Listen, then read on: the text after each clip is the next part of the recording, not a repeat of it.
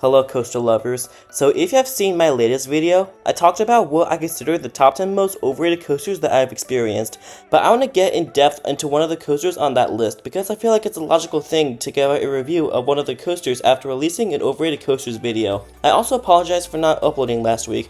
My computer was experiencing some glitches and it made it very hard to upload this video, but anyway, SheiKra is one of the coasters on that list, and I'm going to review it today. So if you're new here and are planning to ride this mighty but lackluster attraction, well in my opinion, make sure to subscribe to see more reviews like this. So let's hop into the history of this dive machine. So this opened to the public on May 21st, 2005, and it originally had a floor on the trains for the first 2 years of its life. Then in 2007, the train switched to floorless and it still features those trains to this day. Also in 2009, at Happy Valley, Shanghai, they opened a near clone of SheiKra called Diamond Coaster, but nothing major happened since. But if you know more than I do, leave a comment. So let's go into the presentation. So the ride itself looks enormous, the track huge, the supports huge, and of course the trains are really wide, so you expect it to be a really fun ride. Wrong.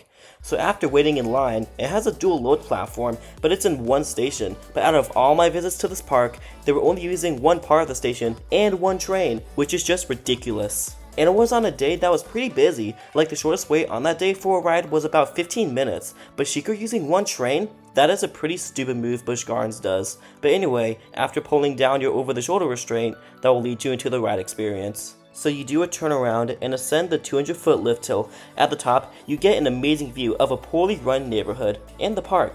Then you gradually hang over the drop, and then you hear the click of doom and zoom down the drop while going 70 miles per hour, and that's the only standout part of the coaster in my experiences. After that is a big implement. It doesn't do a lot. Hang time? Nah, not really.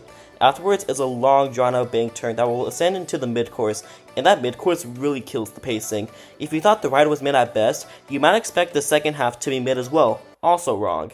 There's a drop into a tunnel which is cool, but it's better to watch than to ride. After that is another long drawn out bank turn that will send you into the coolest looking part of the coaster, the splashdown. It definitely gives me nostalgia because it reminds me of Diamondback splashdown.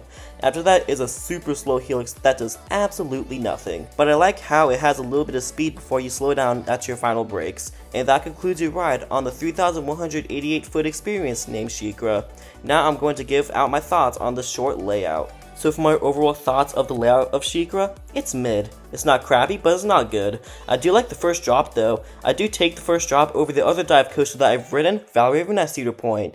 It's because of the restraints. They don't have vests, which don't really bother me. But overall, the layout is not that good. But now I'm going to get more in depth into my thoughts. So overall, this coaster is not that good. I know I'm in the minority on that statement, but it's my opinion. The only thing that stands out is the drop and splashdown. Everything else is very forgettable. You do get some G's at the bottom of the first drop, and it is more G's than on Valravn, but it doesn't really hold up to anything. Even the element doesn't deliver any forces, just the tiniest amount of hang time a coaster could possibly have. But should this coaster get torn out? Absolutely not. It's an icon for this park, so they shouldn't remove this coaster anytime soon. But for everything that I said, it will come down to the final conclusion, aka the final score. So overall, I rate this coaster a 6 out of 10. I can't give it a lower score than Mystery Mine. I take this over that ride. But this coaster is smooth, the first drop is fun, and the splashdown is cool. But that's about it in terms of ride experience. So I want to hear from you guys. Are y'all going to experience SheiKra soon? And did this review help you at all? If you enjoyed this video, make sure to slap that like button and subscribe while you're at it. There will be more reviews coming soon. And make sure to keep that adrenaline pumping, and thanks for watching.